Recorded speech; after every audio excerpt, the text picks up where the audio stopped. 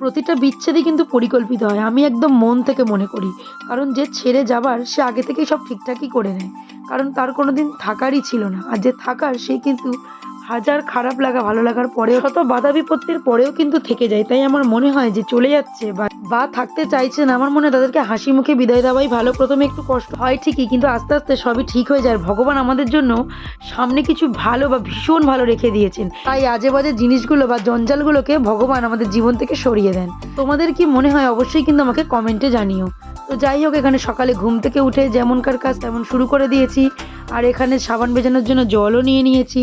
আর সাবান তো আমি ভিজিয়ে দিই, কাচি না। সাবান কাচতে আমার ভালোও লাগে না, আর সাবান কাচতে আমি ঠিকমতো পারিও না। তাই এখনও মাই কেচে দেয়।